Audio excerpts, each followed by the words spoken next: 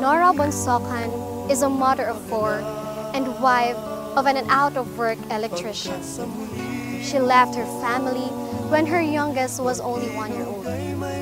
She worked as a domestic helper in Hong Kong, and in 2012, she returned. Hers is a typical story of OFWs, venturing overseas for a chance at turning around a life of poverty.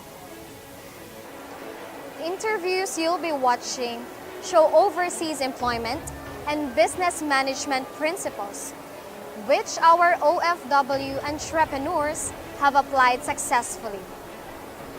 Wheat Holganza is a former marketing manager of the largest food service chain in the Philippines, who used her marketing experience in the US to open and grow her own businesses, a medical transcription service facility and school, and now cacao farming in Davao.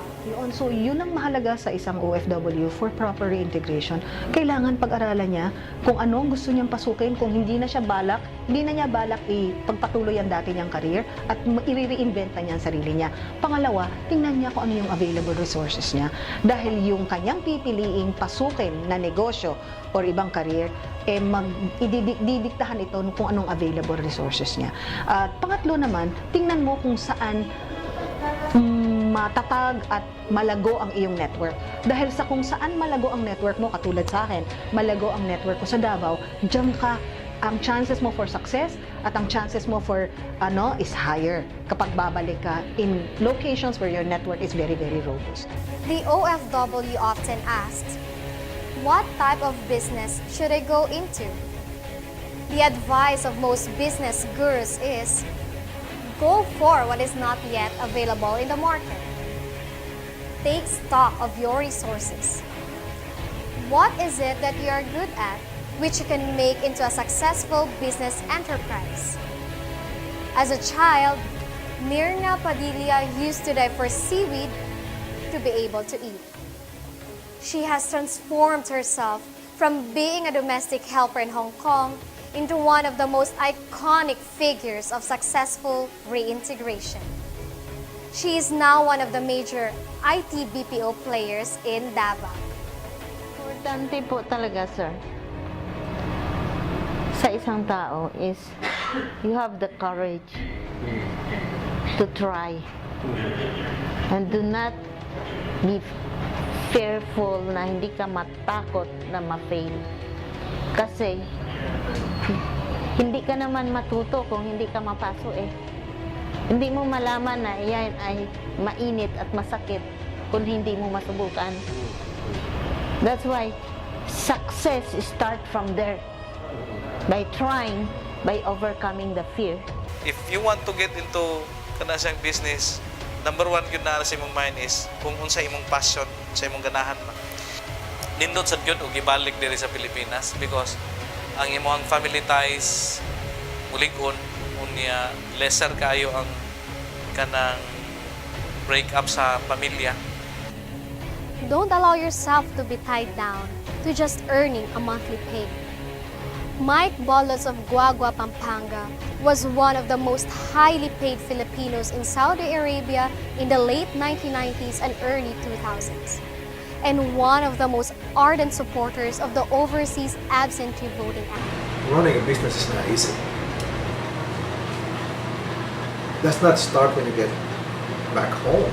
It actually starts while you are still working abroad.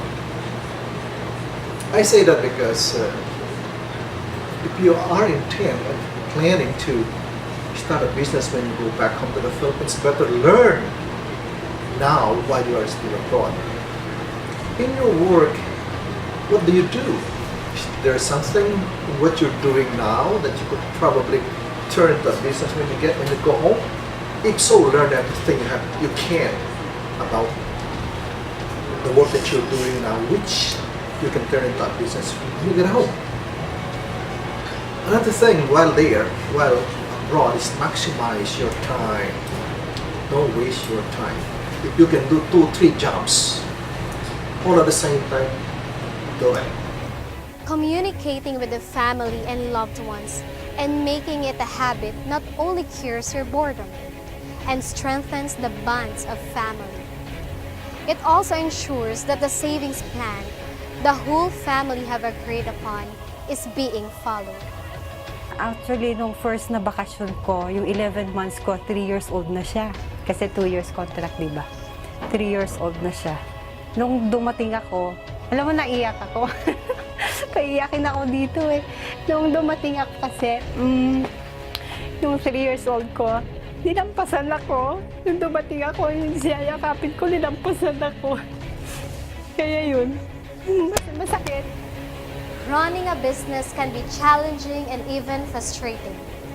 Ups and downs are just normal for a business, says Ronaldine Achacoso, who survived a bad employer in Brunei who maltreated and accused her of theft. She is now an aspiring abaca flower decor supplier in Davao City. Kailangan nato maguna-una og negosyo nga haom para sa atoang hibaw-an. O ayaw mo ka-discourage kay ordinaryo lang sa tao sa nagnegosyo ang ups and down. Kaya ninyo na, kung nakaya nako nga wala ko'y gisugdan nga kapital nga sama ninyo, mas labaw kaya ninyo. Honesty and integrity in business are not a personal choice but a business imperative. Customers are more likely to come back and recommend your business to more customers if your business practices are above board and the quality of your products is high. Bong Clavel of Alabel, Sarangani became one of the largest businessmen in Alabel after a short stint in the Marshall Islands because his business success formula is based on honesty and integrity. Honest po ka sila, pagpasweldo, alagaan mo sila kay after na para ang customer nimo kung good quality mong display, maayo imong pagdala sa tao. So ang customer wala na gid siguro pagduha pa nga dili mamili sa imong produkto o mapalit sa imong tindahan.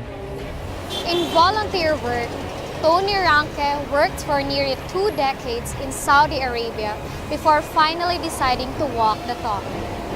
He is now one of the active movers of the Balay sa Cabos Foundation or House for the Poor Foundation in Hagna, Bohol, which builds 2 houses for the poorest of the poor in Hagna every Saturday. Ang malaking sinasuggest ko nga ngayon, put your money in cooperatives. Dahil mga cooperatives, mas malaki ang interest na pagka nilagay mo sa savings, tapos sa shares. So, annually, nag-declare ng dividend. Tapos pwede ka pang umutang. There are many other examples of OFWs who have successfully reintegrated in business, professional practice, local employment, and volunteer work. Their common message is, when you have enough saved, it's time to go home.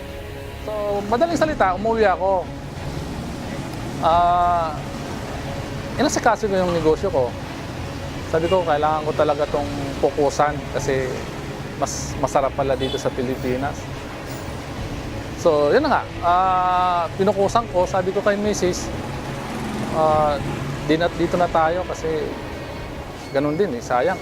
Sayang yung bahay mo, bibenta natin tapos isusugal lang natin doon sa Canada na wala lang.